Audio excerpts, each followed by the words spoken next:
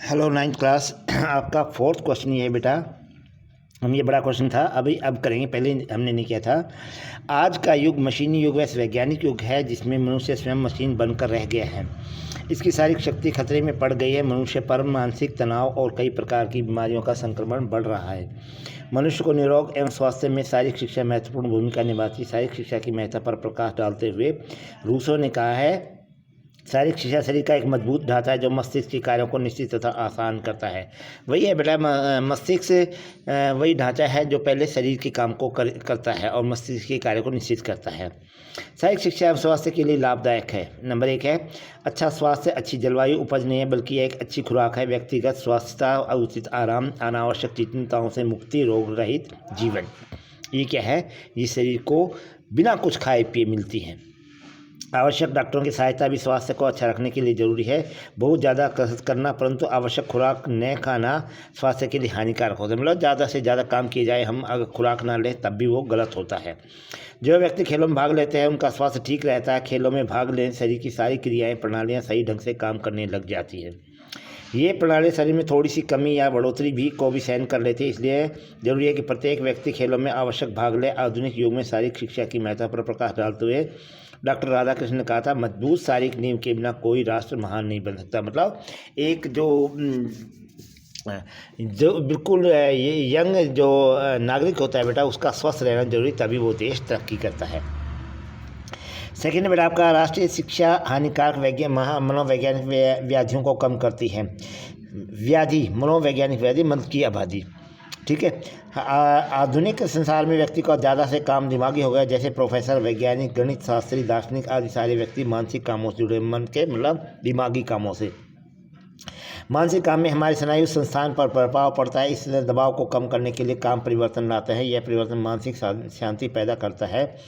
सबसे लाभदायक परिवर्तन शारीरिक कसरतें हैं। जे बी नेस्ट का कहना है, जब कोई विचार दिमाग में आ जाता है तो हालात बदलने पर दिमाग में चक्कर लगाता रहता है। अतः स्पर्श सारी क्रियाओं से हमारी मानसिक थकान भी होती है। मतलब दिमाग को भी बेटा रेस्ट करना जरूरी होता है, दिमाग की कसरत भी करनी होती है। जितना हम खेल करते हैं, शारीरिक शिक्षा से मनोरंजन करते हैं, दिमाग की उतनी ज़्यादा कसरत होती है। थर्ड बेटा, शारीरिक शिक्षा भीड़ भाड़ वाले जीवन के दुष्प्रभाव को कम करती है। आजकल शहरों में जनसंख्या निरंतर बढ़ रही है। इस बढ़ी हुई जनसंख्या के कारण कई समस्याएं उत्पन्न हो गई हैं। शहरों में यातायात वाहनों की संख्या में निरंतर वृद्धि हो रही है। मोटर गाड़ियों और फैक्ट्रियों का धुआं निरंतर व्यवहार को प्रदूषित कर रहा है। शहरों का जीवन ऐसे होता है बेटा, जहाँ भी देखो पर्यावरण ही पर्यावरण का बुरा पर्यावरण, गंदा पर्यावरण है। मौसम बेकार है वहाँ का। क्यों? सारा दिन गाड़ियाँ, धुएँ, फैक्ट्रियाँ चलती रहती है, आवाज़, ध्वनि प्रदूषण, वायु प्रदूषण, शोर प्रदूषण, सब के सब वहीं प्रदूषण होते हैं बड़े बड़े शहरों में। अतः शारीरिक शिक्षा लोगों के स्वास्थ्य संबंधी आवश्यकताओं को पूरा किया जा सकता है। विभिन्न क्षेत्र में शारीरिक शिक्षा संबंधी बनकर क्लब बनाकर लोगों को अपने स्वास्थ्य को ठीक करने के लिए प्रेरित किया जाए। मतलब खेल क्लब हो या कोई भी कोई भी ऐसी जगह हो, वहाँ पर हम इस प्रभाव को कम कर सकते हैं। नंबर 4 है बेटा, शारीरिक शिक्षा सुस्त जीवन के बुरे प्रभाव को कम करती है।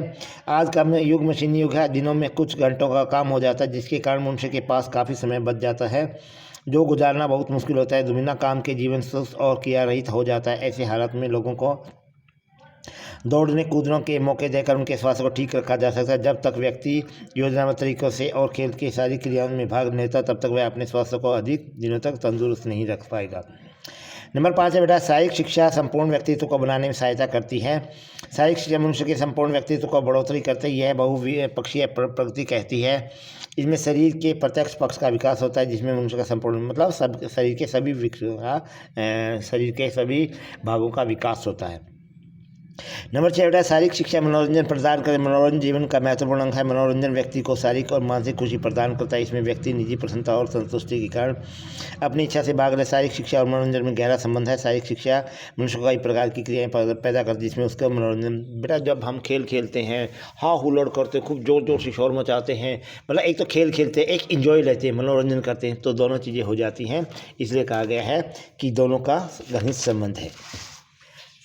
नंबर 7 है बेटा, शारीरिक शिक्षा शारीरिक संस्थानों को ज्ञान प्रदान करती है। शारीरिक शिक्षा मानवीय शरीर की सभी प्रणालियों को ज्ञान प्रदान करती है जिसमें किसी भी व्यक्ति के सभी विभिन्न प्रणालियों पर व्यायाम द्वारा पड़ने वाले प्रभावों को जानकारी देती है। विभिन्न प्रकार की रोगों से को अपने शारीरिक अंगों की रक्षा करने संबंधी जानकारी देती है। देखिए बेटा, शारीरिक अंग अभी पीछे से आया था, भाई आपका ये अंग है, ये अंग है, हर एक का अंग का कार्य किया गया था, किस अंग का क्या कार्य है, किस अंग का क्या कार्य है, तो ये इसमें सारा बता दिया गया। आगे भी बहुत से आएंगे, सब आपको योगा करना, सब चीज़ों के बारे में, कौन से अंग को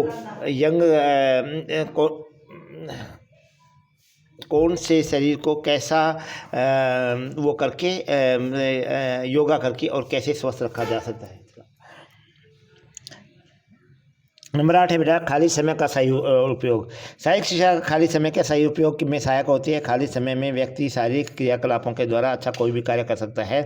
जैसे कि खाली समय भी खेल सकता है, यदि वह बाहर जाकर कोई नहीं खेल सकता तो घर में खेल सकता है, जिसमें व्यक्ति का मन सामाजिक कुरीतियों की तरफ नहीं जाता।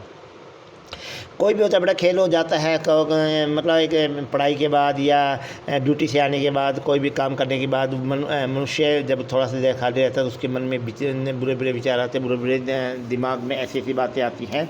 तो फिर इसलिए क्या होता है बेटा, इसी चीज़ को करने के लिए मतलब जब भी आपके पास खाली वक्त हो आप अपना वक्त खेल में लगाइए। नंबर 9 है बेटा अच्छे सारे नागरिक गुणों का विकास। शारीरिक शिक्षा खेल कूद के माध्यम से अच्छे नागरिक गुणों को विकसित करती है, जैसे खेलों के नियम का पालन करना, खेलों में अपने तालमेल बना, हार व जीत में संयम रखना, दूसरों के प्रति आदर सम्मान की भावना, देशभक्ति की भावना, जो लोकतांत्रिक जीवन में आवश्यक को विकसित करती है। देखिए बेटा, अच्छे नागरिकों गुणों का विकास, जब एक अच्छा खिलाड़ी होता है वो नियम से खेलता है, अनुशासन में रहता है, नियमों का पालन करता है, सबको छोटे बड़ों का कहना मानता है, तो अपने आप सभ्य हो जाता है। तो ये अच्छे जब जो सभ्य हो जाएगा तो अपने आप नागरिकों का विकास जो होता है, अच्छे गुणों का विकास उसके अंदर हो जाएगा। ठीक है। नंबर 10 है सांस्कृतिक विकास। शारीरिक शिक्षा खेल व शारीरिक गतिविधियों की प्रक्रिया, खेलों में और क्रियाकलापों के दौरान विभिन्न सांस्कृतिक खिलाड़ी आपस में मिलते हैं, एक दूसरे के बारे में बात जानते हैं, एक दूसरे के रीति रिवाजों, परंपराओं, जीवन शैली में परिचित है, जिसमें सांस्कृतिक विकास को बढ़ावा मिलता है। देखिए बेटा, जब दो तीन राज्य होते हैं, स्टेट होते हैं, उनके आपस में खिलाड़ी इधर उधर से आपस में मिलते हैं, जब हम बड़ी लंबी प्रतियोगिता होती है, नेशनल के लेवल पर होती है, तो सबके सभी जगह से सभी राज्यों से खिलाड़ी आते हैं और वो आपस में बात करते हैं, अपने रीति रिवाज के बारे में बातें करते हैं, खाने पीने के बारे में बातें करते हैं, हम सब एक हो जाते हैं फिर। ठीक है बेटा, और जीवन शैली से परिचित होते हैं, सब अपनी अपनी में जीवन की बातें बताते हैं। राष्ट्रीय एकता का विकास। शारीरिक शिक्षा एक ऐसा माध्यम है जिसमें राष्ट्रीय एकता में वृद्धि की जा सकती है। खेल खिलाड़ियों सांप्रदायिकता, असमानता, प्रांतवाद और भाषावाद जैसे अवंता के गुण, जिसमें खिलाड़ियों को आने का अवसर मिलते हैं, जब उनसे सहनशीलता, सामाजिकता और बड़ों का सत्कार जैसी देशभक्ति की भावना जैसे गुण विकसित होते हैं। ये गुण उनमें राष्ट्रीय एकता को बढ़ावा देते, जो वे उनके व्यक्तित्व को विकसित करने में महत्वपूर्ण भूमिका निभाते हैं।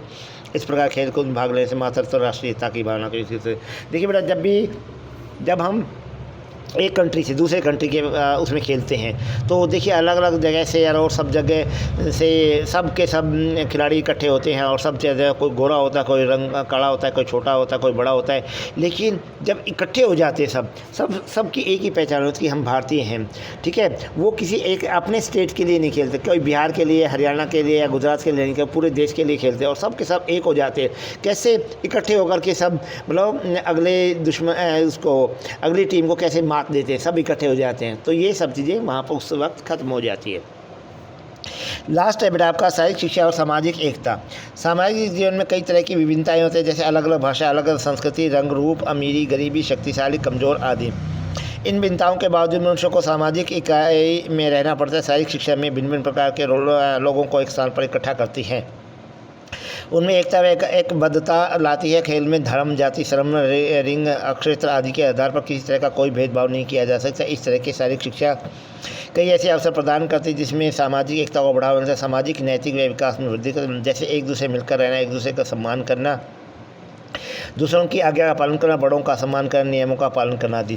देखिए बेटा, मैं ये बात आपकी क्लास से बताता हूँ। जब कई बार कोई फंक्शन ऐसा होता है इकट्ठा, जिसमें आप अपनी क्लास को सब के सब डेकोरेट करते हैं, सब के सब, कोई ना कोई गर्ल्स हो, बॉयज़ हो, छोटा हो बड़ा हो, सब अपने काम सब करते हैं। ठीक है, और आपका सिर्फ आपकी क्या होता है, पूरे स्कूल में क्या होता है, भाई हमारी क्लास सबसे प्रथम हो, हमारी क्लास में आकर के टीचर्स आए, प्रिंसिपल आए और बहुत सारे स्टूडेंट आए और सब हमारी क्लास को अच्छा बजाए, हम ज़्यादा से ज़्यादा डेकोरेट करते हैं। तो उसमें क्या होता है, ये सब आपकी भावनाएं ख़त्म हो जाती है। आप जो अगर आपके दोस्त अगर आपसे उस वक्त किसी से नहीं भी बोलते हैं, सब इकट्ठे होकर के सब अपना काम करते हैं और ज़्यादा अच्छा से अच्छा दिखाते हैं। इसी प्रकार बेटा खेल खिलाड़ी होते हैं, सब के सब इकट्ठे होकर के फिर सब की सब मतलब अपनी प्रांतवाद को, भाषावाद को, इन सब चीज़ों को भुला करके और एक होने की एक होकर के और खेल को जीतने की कोशिश करते हैं। ठीक है बेटा, आपका एक क्वेश्चन पूरा हो गया बेटा। आप जब भी स्कूल रीओपन होगा आप ही करके लाएंगे।